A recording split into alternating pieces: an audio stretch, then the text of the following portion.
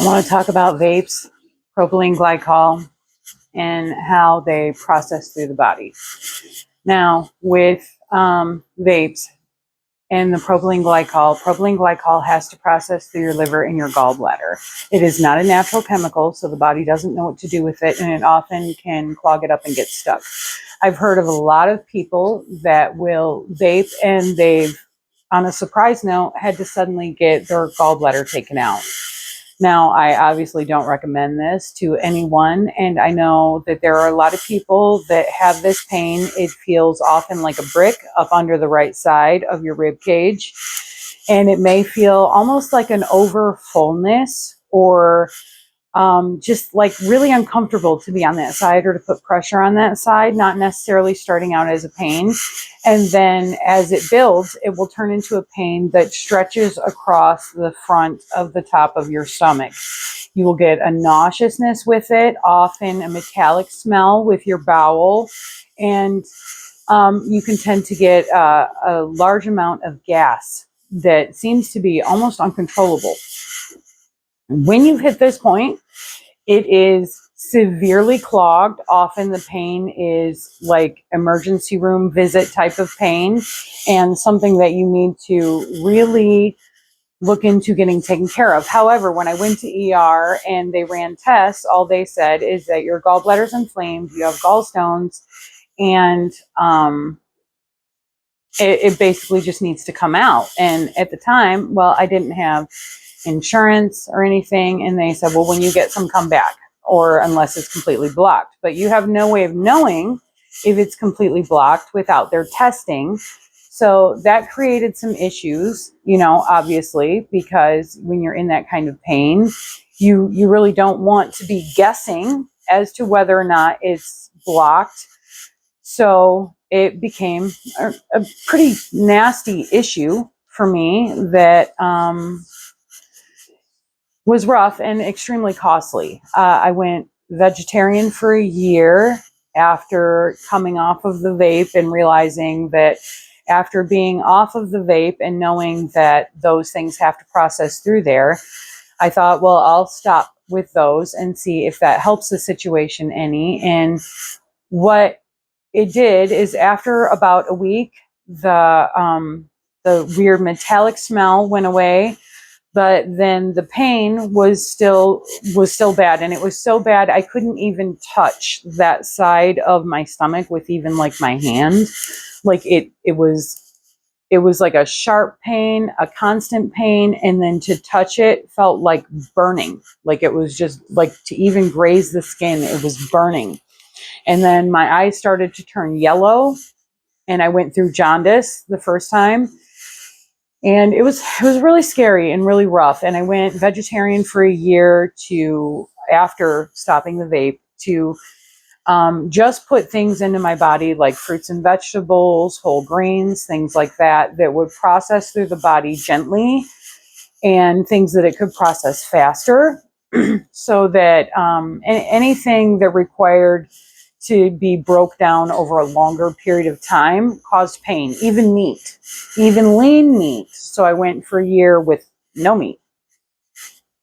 And it did help. And at the end of that year, I finally decided that it was time to start incorporating meat. So I started with fish, and I did some, and I would do it maybe once a month at first until we really started getting to the point to where there was no pain from it, and I was moving forward good. And I was like, okay, great. So that's what it was. It's working. It's processing through now. And then we brought back in things like chicken and turkey. And then from there we went to beef, but just beef cuts, no burger, because burger is often mixed with pork, which is a high fat meat. And that's definitely not something that you want to be doing when your gallbladder is inflamed, because it has to process it, and it's definitely gonna be painful, and you don't want to be dealing with a lot of processed foods, boxed foods, noodles, even rice was very hard to eat. I couldn't even eat rice for like that whole year, which it was rough. It was very rough, very scary. And I know that there's a lot of people that give their teenage children vapes because they look at it as a healthier alternative. And there was a lot that were afraid of things like popcorn lung, which the chemical for popcorn lung is diacetyl. And it is not is common in vapes anymore. So people have decided, oh, okay, well, we're not dealing with that. So we're fine. But we're actually not fine. And propylene glycol is in a lot of things. It is in medicines. It's in mouthwashes. I didn't know this because I tried again after the year of going vegan and after getting off the vapes. I thought, okay, I'll try pouches. Let's see if pouches works. So I tried pouches for a while. And in some of the pouches, it didn't list propylene glycol when I looked it up online. I had to actually dig for it. And the reason that I had to dig for it is because if it's not a high ingredient on the list, legally, they don't necessarily have to list it at the top of the line. So when you see, the first 5 ingredients and it doesn't list anything else, and you think, oh, it's not in there. And then later you're like, but wait, I'm still having the same symptoms and I'm not doing anything else. So what could it possibly be? So then I dug deeper and discovered, oh, it's in there. It's definitely in there. And that's when I learned that it's a flavor carrier. And in it being a flavor carrier, anything with high flavor, it stands a real good chance of having it. So I found it at the end of that time with the pouches. I got really sick and I took some OTC stuff that everybody takes to go to work. It's just natural, over-the-counter, flu-like medicines that people take and they don't bat an eyelash at it. They don't even think about it most of the time. So I took that and discovered that while I was sick, it was getting worse. And I was like, I'm not even on the pouches. It should be relieving by now. So I got this thought in my head, maybe I should check the ingredients in that. So I checked the ingredients in it, and sure enough, it was in 2 of the cough medicines that I was taking. And I was rotating them, and I discovered, holy crap, okay, so I can't take those when I'm sick anymore because I'm extremely sensitive to this now, and I may well be for the rest of my life. So then I also discovered it was in, I did take their little, like fresh breath pack things that you buy. You can get them in any convenience store or whatever. They're just little sheets of like a mint. You put them in your mouth, whatever, you let it dissolve. It's gone. It's good. I used those because I'm an avid coffee drinker and I hate coffee mouth. So I was using those, and then I happened to get this thought on that because I got real nauseous after I would take them, and I was like, that's weird. So I looked into it, and sure enough, it's in those too. So I was like, okay, well then I started freaking out a little bit. I was like, okay, is it in my toothpaste? Is it in my mouthwash? Like, what else is it in? And I discovered that, in fact, it is in a fair amount of mouthwashes. So if you're sensitive to it, if you have a teenage kid that you're buying a vape for, I know that it's illegal and you're not supposed to do it. But I know there are a lot of people that do it because they see it as a good alternative to them not smoking cigarettes. It is not a good alternative. It is, in fact, dangerous, very dangerous. Because if you have a kid that is extremely nauseous for no reason, or they have like a weird pain in their right side, or like a full feeling, or it's hard for them to sleep on that side now, chances are their gallbladder is getting backed up by this chemical, which also will back up their liver. Now, yes, they can go in and get the gallbladder taken out. However, if it didn't respond well in their gallbladder, it's probably also not responding well in their liver.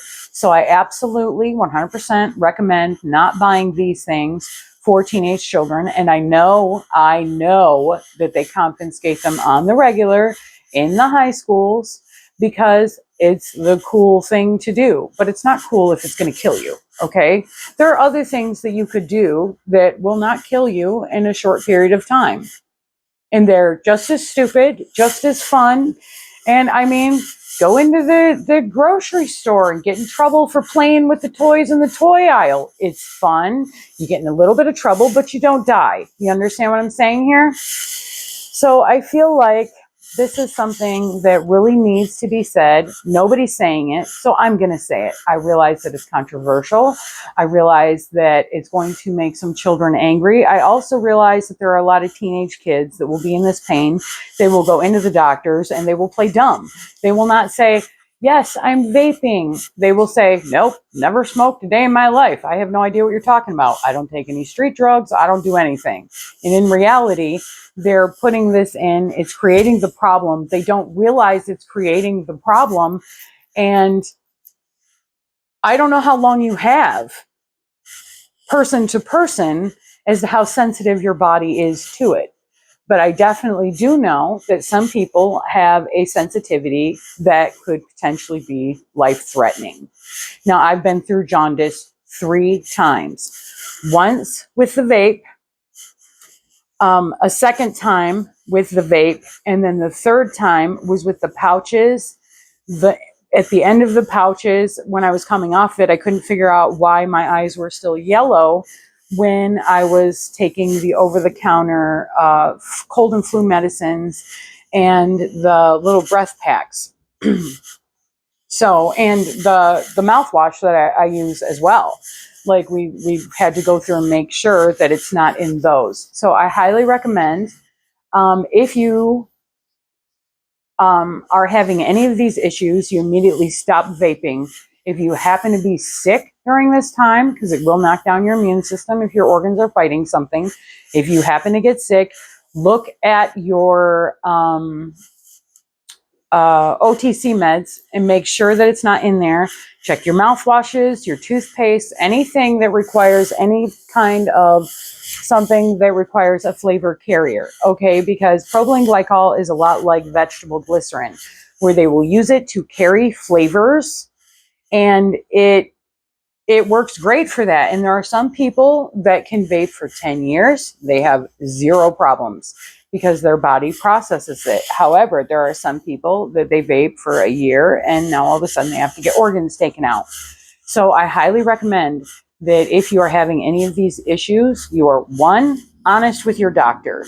You are 2, stopping what you're doing and paying attention to what you're consuming, because what you're consuming is potentially what's causing the problem.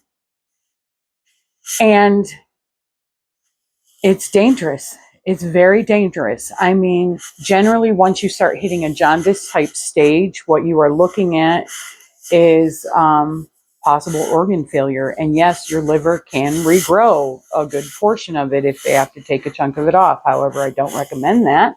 It's something that I feel like people really should just avoid rather than go, oh, it'll be okay. No, it's not okay. It's not okay. For the love of God, if you are having these pains or these issues or any kind of severe nauseousness, stop vaping. Stop using the pouches and do all of the natural things that you can, because at this point, it's already clogged up in your body, and to process it through. The first time I went vegetarian, and that helped. It helped my body to process through. The second time was a little bit harder, but I managed it. I didn't go vegetarian, but I went all lean meats and tried to avoid more processed foods. This third time, it's been an absolute train wreck trying to get rid of it, because I now realize that it's in much more than just the vapes and the pouches, and that I have to literally pay attention to absolutely everything that's going into my body. Anything that they're doing with dental work, anything they're doing at the doctor's office, anything everywhere. It's sad how many people are going to go through this and they don't even realize that they're doing it to themselves, thinking that they're taking an alternate route that may be healthier and or happier or creating less problems, when in fact it may actually be creating more problems faster because it's clogging up your organs.